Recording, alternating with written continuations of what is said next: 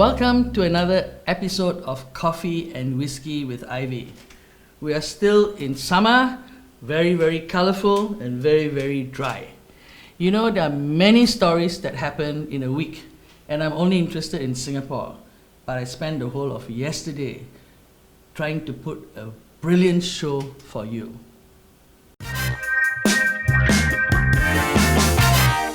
I think we Singaporeans must think this is the most interesting news.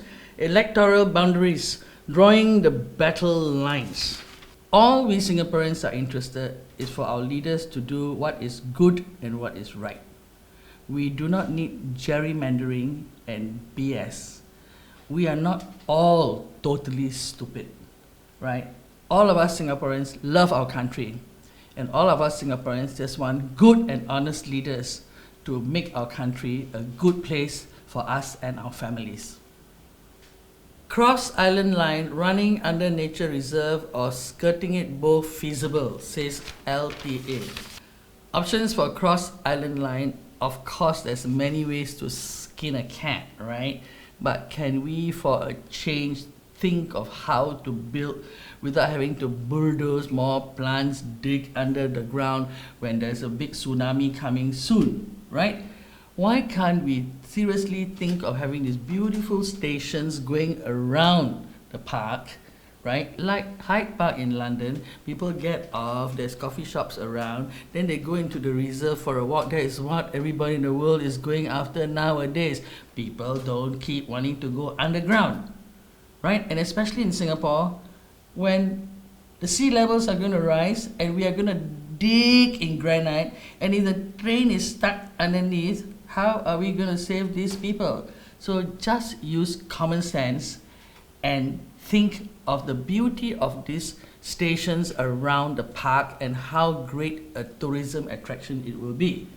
Yes, some people will have to forgo their homes. So what? They get market rate nowadays, not $1 per square foot, right? And they should be happy and stand up for Singapore.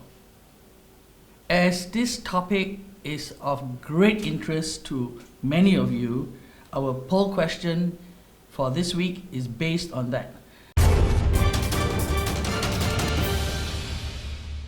Do you think it's a good idea to build under the reserve or go around it? So A, build it under, give us your reasons why. Go around it, give us your reasons why too. This is a free country, and Happy TV is a free channel. You can send us any idea. Go to the link and make your vote.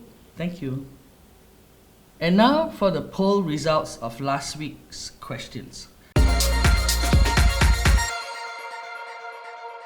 Do you support the lifting of the age limit above 45 for IVF treatment? 16.7% said yes. And one of the interesting answers as to why is there a need to place an age limit on anything?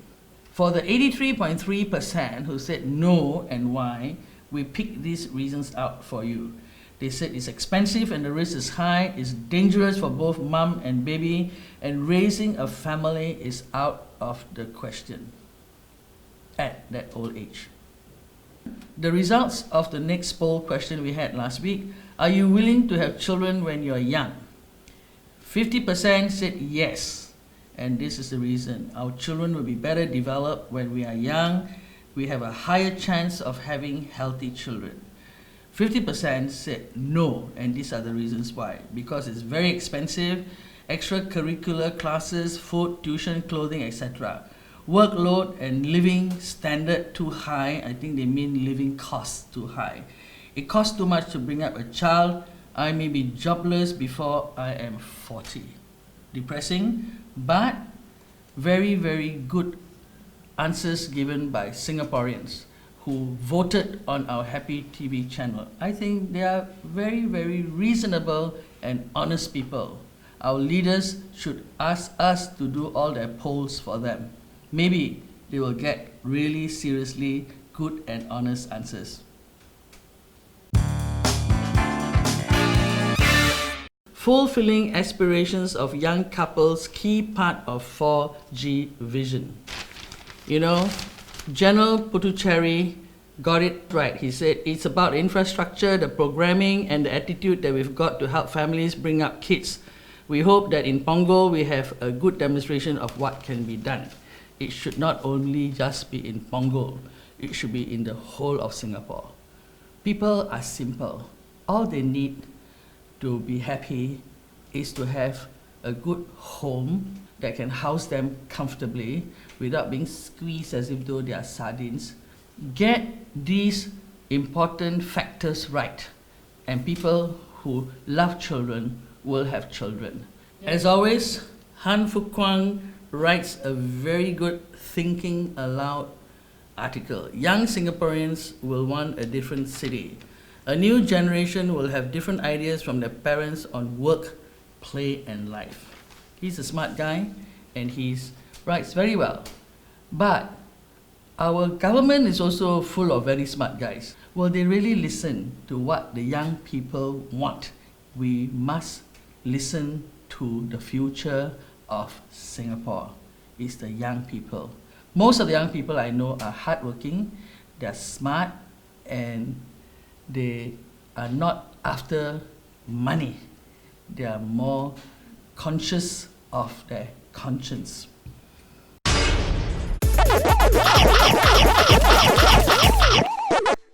I'm so motivated with this story. Play with ducks and mini pigs at Chinese cafe.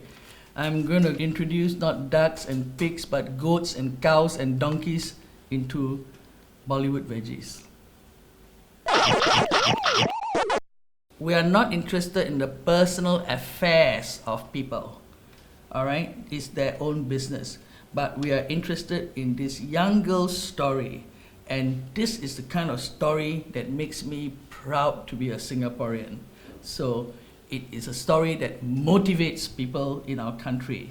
Young lady, I salute you. Come to Bollywood Veggies. I have a big present waiting for you. All countries are worried about recession, flooding, global warming, and we are unable to control high-rise littering. Can you believe it?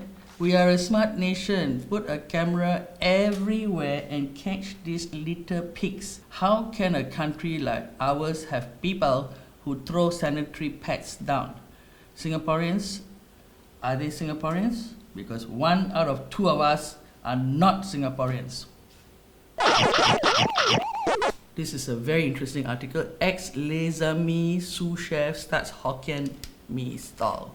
Is there a message in this that people want to go back to real food, which is actually real culture and real heritage? So, should governments seriously look at what he's trying to say and help these young people set up stalls to sell good quality comfort food?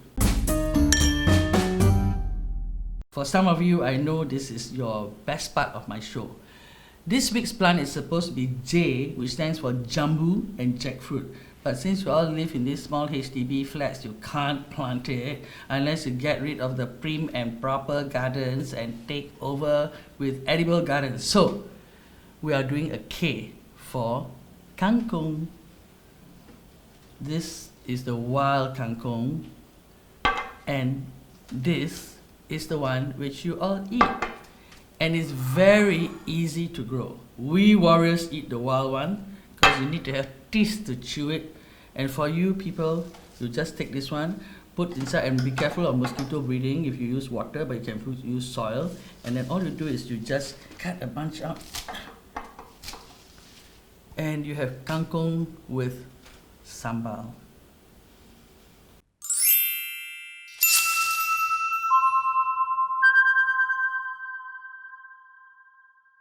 Thank you for watching another episode of Coffee and Whiskey with Ivy. I hope you enjoyed as much as I have in doing it for you, although I'm dying of heat stroke here. Remember to subscribe so that you can one day make enough money to pay for our air conditioning bill.